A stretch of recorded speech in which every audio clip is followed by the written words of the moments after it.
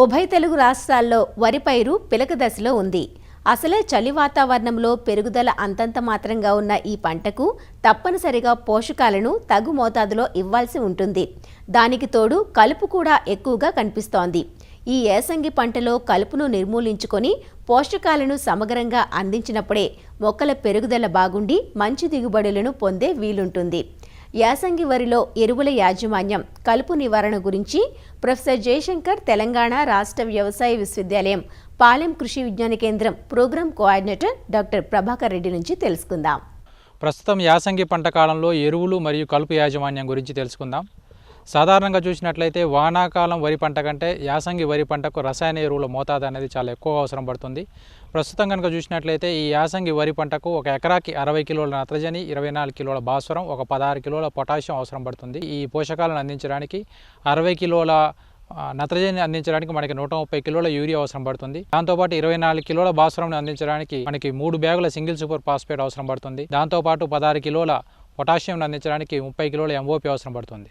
అయితే ఈ పోషకాలు ఏ సమయంలో వేసుకోవాలి, ఎంత మోతాదులో వేసుకోవాలి అనే అంశం కనుక చూసినట్లయితే మనకి సాధారణంగా నత్రజని 3 భాగాలుగా విభజించి ఈ 130 కిలోల యూరియాని మనకి 40 కిలోల యూరియాని దమ్ము చేసేటప్పుడు పిలక దశలో ఒక 40 కిలోలు, అంకురం దశలో మిగిలిన 30 కిలోల యూరియాని మనం కనుక వేసుకున్నట్లయితే యూరియాని సరైన మోతాదులో నత్రజని మొక్కకు అవసరాన్ని తగ్గట్టు అందించే అవకాశం ఉంటుంది. దాంతోపాటు సిఫారసు చేయబడిన మొత్తం భాస్వరాన్ని అంటే 3 బ్యాగుల భాస్వరాన్ని మనకి దమ్ము చేసినప్పుడే అంటే నాటడానికి ముందే వేసుకోవాల్సిన అవసరం ఉంటుంది. దాంతోపాటు మనకు సిఫారసు చేయబడిన మొత్తం పొటాషియం 30 కిలోల పొటాషియంని 2 భాగాలుగా చేసుకొని 15 కిలోల పొటాషియంని నాటడానికి ముందు మిగిలిన 15 కిలోల పొటాషియంని మనకి రెండో దఫా యూరియా వేసుకున్నప్పుడు అంటే పొట్ట దశలో లేదా అంకురం దశలో మనం కనుక వేసుకున్నట్లయితే మన ఈ పొటాషియంని సరైన సమయంలో అందించే విధంగా ఉంటుంది. దాంతోపాటు మనకి ప్రస్తుత పరిస్థితుల్లో కనుక చూసినట్లయితే ఎరువుల యొక్క వినియోగ సామర్థ్యం అనేది చాలా తక్కువగా ఉంది. ఉదాహరణకు నత్రజని వినియోగ సామర్థ్యం 20 నుంచి 25% మాత్రమే ఉంది. అంటే 100 కిలోల యూరియా కనుక మనం వేసినప్పుడు మనకి 20-25 కిలోల నత్రజని మాత్రమే మనకు మొక్కకు అందే పరిస్థితిలో ఉంది. మిగిలినంతా కూడా వేస్ట్ అయ్యి వివిధ రూపాల్లో నష్టం అనేది జరుగుతుంది. సో ఇలాంటి నష్టాలు నివారించుకోవడానికి మనం ముఖ్యంగా ఎరువులు వేసే పద్ధతి అనేది మార్చుకోవాల్సిన అవసరం ఉంది. ఎరువులు వేసేటప్పుడు ఎప్పుడైనా కూడా పొలంలోని నీటిని తీసివేసి బురద పదంలో వేసుకోవాలి. ఇంకొకటి యూరియా మొత్తం కూడా ఒకేసారి వేయకుండా తక్కువ మోతాదులో ఎక్కువసార్లు వేసుకోవడం ద్వారా మొక్కకు సరైన సమయంలో మనకి నత్రజని అందించే విధంగా ఉంటుంది. దాంతోపాటు ముఖ్యంగా గుర్తుపెట్టుకోవాల్సిన అంశం ఏంటంటే ఈ ప్రధాన పోషకాలతో పాటు ఈ జింకు లోపం అనేది ప్రస్తుత యాసంగి పంట కాలంలో ఎక్కువ కనబడుతుంది. నాటిన మొదటి 40 రోజులు ఈ జింకు లోపం ఎక్కువ కనబడుతుంది. సో ఈ జింకు లోపం వల్ల ఆకులపైన ఇటుక రంగు మచ్చలు ఏర్పడి ఆకంతా కూడా విరిగిపోవడం జరుగుతుంది.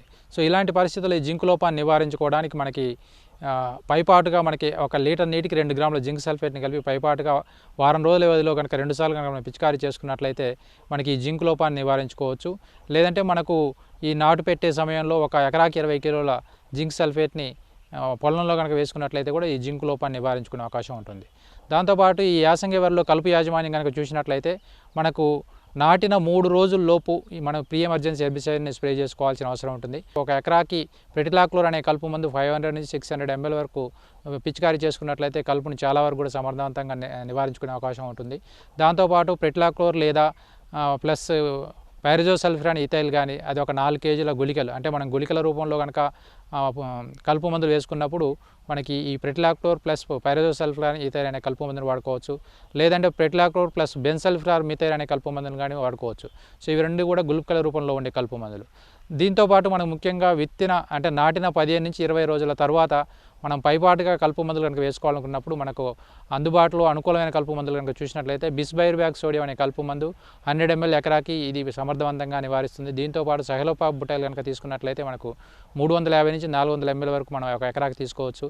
లేదంటే మనం కాంబినేషన్లో కనుక చూసినట్లయితే పెనాక్సిలం ప్లస్ సహలోపాబ్ బుటైల్ అనే కలుపు మందులు కనుక తీసుకున్నట్లయితే 800 ml అనే మోతాదుని మనం ఒక ఎకరాకి పిచికారీ చేసుకోవాల్సిన అవసరం ఉంటుంది. సో ఈ విధంగా మనకి మొక్క నాటిన 3 రోజుల లోపు తర్వాత 15 నుంచి 20 లేదా 25 రోజుల వరకు కూడా పైపాటుగా మనం కలుపు మందులు కనుక పిచికారీ చేసుకున్నట్లయితే కలుపును కూడా సమర్థవంతంగా నివారించుకునే అవకాశం ఉంటుంది.